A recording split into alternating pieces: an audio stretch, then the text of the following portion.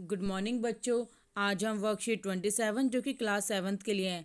आज हम पाठ मुगल साम्राज्य के अंतर्गत बच्चों आय के स्रोत और जब्त व्यवस्था, सरदार, जमींदार, इन सभी चीज़ों के बारे में हम पढ़ेंगे।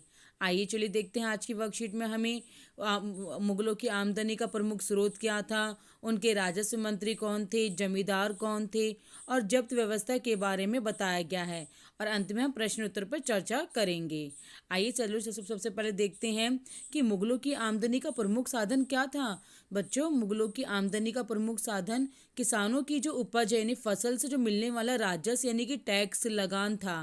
तो बच्चों, मुगलों का आमदनी जो है किसानों से मिलने वाली उपज के लगान से यानी कि राजस्व से होता था। और अधिकतर स्थानों पर किसान ग्रामीण कुलीनों यानी कि मुखिया या स्थानीय सरदारों के माध्यम से राजस्व देते थे। तो बच्चों, किसान जो है ये स्थानीय मुखियाओं को और स्थानीय सरदारों को टैक्स देते थे और वो राजा को टैक्स दिया करते थे।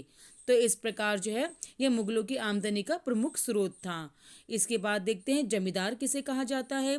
समस्त मध्यस्थों के लिए, चाहे वे स्थानीय ग्राम हो के मुखिया हो या फिर शक्तिशाली सरदार हो, मुगल एक ही शब्द का प्रयोग करते थे, जमींदार का। तो बच्चों, जो किसानों और राजाओं के बीच जो बिचौलिए होते थे, जब मतलब कि मध्यस्थ होते थे, उन्हें क्या कहते थे? मुखिया या जमींदार। तो ये सरदार जो मुखिया आम भाषा में होते थे और मुगल जो है उनको किस नाम से जान पुकारते थे? जमींदार नाम से पुकारते थे।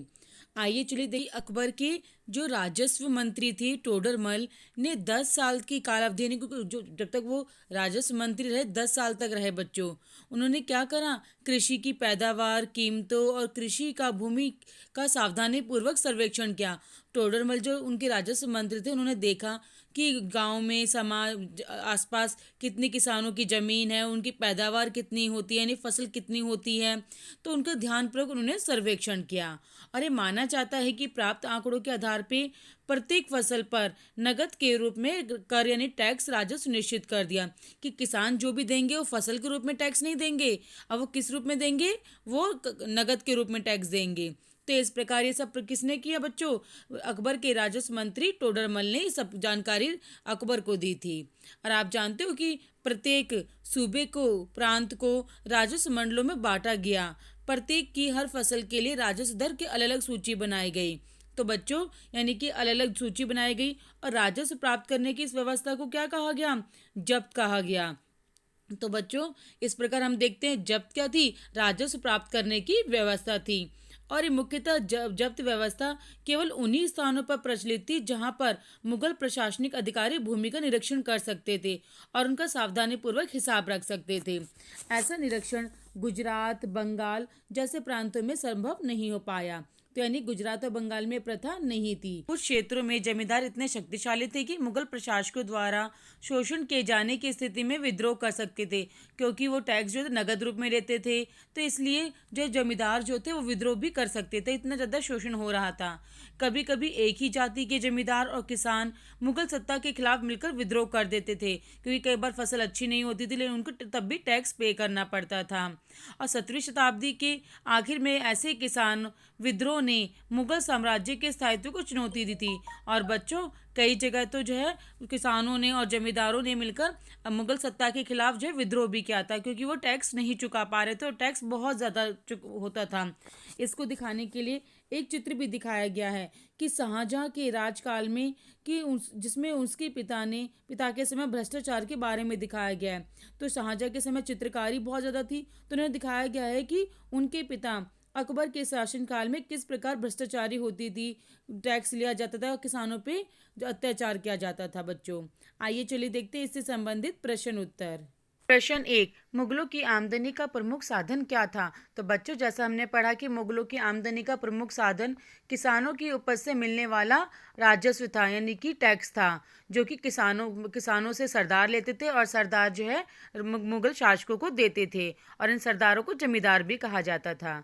प्रश्न 2, मुगल साम्राज्य में जमींदार की क्या भूमिका होती थी? तो बच्चों, समस्त मध्यस्थों के लिए, चाहे वे स्थानीय ग्राम के मुखिया हो या फिर शक्तिशाली सरदार हो, मुगल एक ही शब्द का प्रयोग करते थे, जमींदार शब्द का। तो बच्चों, जमींदार जो होते थे वो मुगल साम्राज्य के शासकों और किसानों के बीच मध्यस्थ यानी बिचौलिए का काम करते थे। आइए चलिए देखते हैं प्रश्न 3, अकबर के राजस्व मंत्री का क्या नाम था? तो बच्चों, अकबर के राजस्व मंत्री जो ये देखते थे टैक्स किस जगह से कितना आएगा, किसानों की कितनी जमीन है, कितनी पैदावार है, तो वो कौन देखते थे? उनके राजस्व मंत्री। और उनका क्या नाम था? टोडर मल था। आइए चलिए देखते हैं प्रश्न 4, जब्त शब्द से आप क्या समझते हैं? तो बच्चों, प्रत्येक सूबे को का जो राजस्व था उसे मंडलों में बांटा गया था। प्रत्येक की हर फसल की राजस्व दर की अलग सूची बनाई गई, जिसे क्या कहा गया? इस व्यवस्था को जब्त कहा गया, कि किस जगह से कितना राजस्व आएगा, कितनी जमीन है, उसको हिसाब से बांटा गया था। आइए देखते हैं प्रश्न 5, जब्त व्यवस्था कहाँ अधिक प्रचलित थी? बच्चों, तो जब्त व्यवस्था उन स्थानों पर प्रचलित थी जहां पर मुगल प्रशासनिक अधिकारी भूमि का निरीक्षण कर सकते थे और सावधानी पूर्वक उनका हिसाब किताब भी रख सकते थे। केवल उन्हीं जगह पे जब्त व्यवस्था प्रचलित थी। गुजरात और बंगाल में संभव नहीं था। तो बच्चों, इस प्रकार आप वीडियो के माध्यम से आपको मुगल साम्राज्य में आमदनी, आय के स्रोत के बारे में, उपज के बारे में, जमींदार के बारे में बताने की कोशिश की गई है। अगर आपको हमारी वीडियो पसंद आई हो, समझ आई हो, तो इसे लाइक और सब्सक्राइब ज़रूर करें। Thank you.